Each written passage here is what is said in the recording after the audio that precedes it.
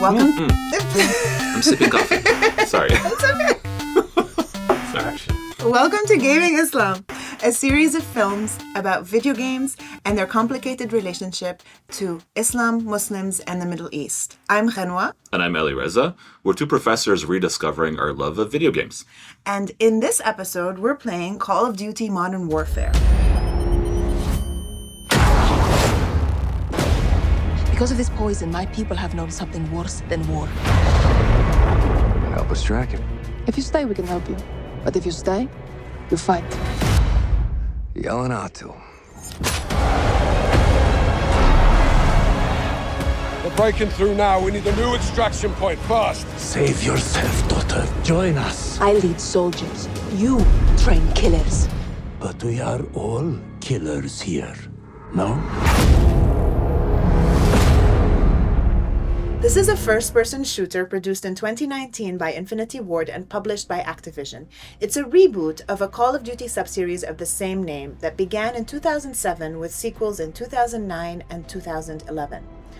Call of Duty is the most lucrative video game franchise of all time.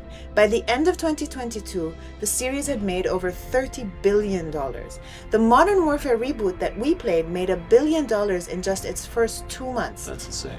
I know. Its sequel, released in October 2022, was even more successful, making $1 billion in 10 days. Wow. Let's give you a little bit of history. The first Call of Duty game was released in 2003 for Microsoft Windows, and with a few of its sequels, it was set during World War II. But it wasn't really until Call of Duty 4, the original Modern Warfare, that Middle Eastern characters entered the mix. In that game, you play as American and British military officers fighting Russian ultranationalists and a military dictator in an unspecified Middle Eastern country, with the threat of all-out nuclear warfare looming. Modern Warfare was released in 2007, in the same decade that the United States occupied Afghanistan and then Iraq. It shows the United States invading a fictional Middle Eastern country to overthrow its dictatorship, but then the operation goes horribly wrong when a nuclear bomb goes off and destroys the capital city. The 2019 reboot makes some significant shifts. On the one hand, it keeps Russia as the main antagonist, but it also gives a much more prominent role to fictional Muslims. This time, their country is given a name, Urzikstan, which seems to be a mashup of Uzbekistan and Kyrgyzstan. And while the main Muslim characters in the original game were all bad guys, the reboot makes things a little bit more nuanced with good Muslims and bad Muslims. The game begins with the theft of chlorine gas from a storage warehouse in Verdansk, which is in the fictional country of Kastovia. The CIA then approaches the captain of the British SAS to try to recover the stolen goods without creating a major international incident with Russia. Following a devastating suicide bombing in London's Piccadilly Circus, the very next day, by the terrorist Al-Qaeda organization, a combined unit of American and British operatives travel to Urzikstan. There, they meet Farah Karim, the head of a rebel group fighting both the Russian occupation and Al-Qatala, which the rebels also consider to be terrorists. Farah and her brother Hadir agree to help the protagonists find the chlorine gas if they in turn agree to help them fight Russia's commander in Urzikstan, General Roman Barkov, who is the big bad wolf of this game. It's terrible. And then there's, in addition to Barkov and the big bad Russians, right, you have the terrorist Urziks, right, who are baddies, and they are Muslims from all appearances, even though they're never actually mentioned as Muslims. They speak Arabic, and we'll be talking a little bit about the language politics of the game. But also, the Urziks are not uniformly bad, so there's also really good Urziks who are fighting a Russian occupation. This occupation must end. That we can all agree on, yes? The game also features Americans, British. And later on, we're going to be talking about the way that these games have intersected with U.S. military recruitment. Especially, there's been a very recent scandal about the U.S. Army's attempt to recruit people through tournaments, actually. But we're going to be talking about that later.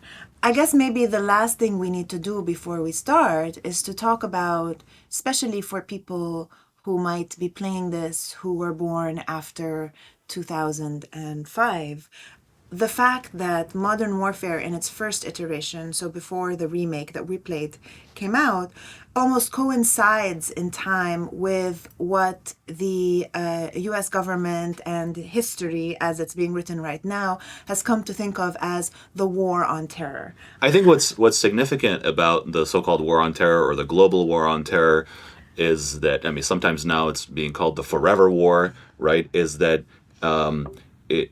it was not based on a war between two nations, right? It was a war essentially between the United States and some of its allies and terrorism wherever that might be found. Our war on terror begins with Al-Qaeda, but it does not end there. It will not end until every terrorist group of global reach has been found, stopped, and defeated. Or wherever it might threaten U.S. and European interests. Black sites, black ops. A lot of the vocabulary of the war on terror makes it into these games. Al-Qaeda is to terror what the mafia is to crime. But its goal is not making money. Its goal is remaking the world and imposing its radical beliefs on people everywhere.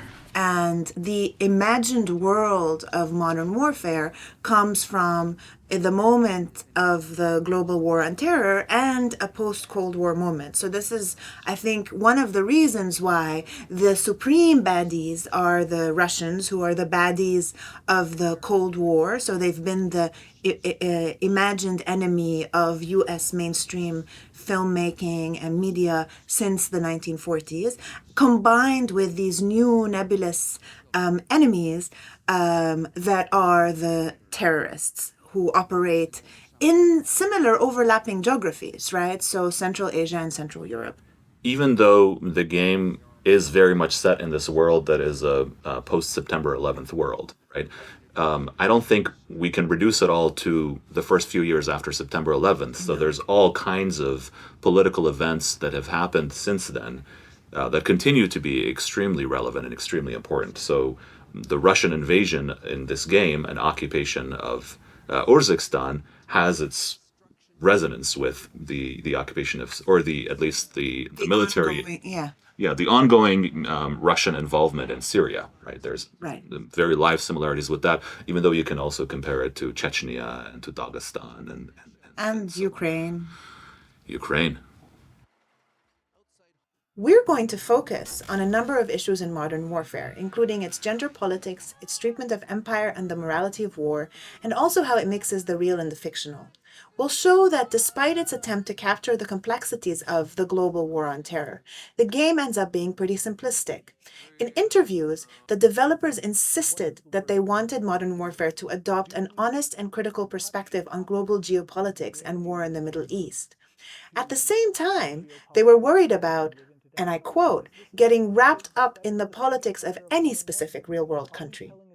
Jacob Minkoff, who is design director at Infinity Ward, even said, again quote, "It's so complex, you can drive yourself insane if you start to focus on all the political nuance." The upshot is that regardless of what the designers intended, the game ends up rehashing some of the same old American clichés about the Middle East.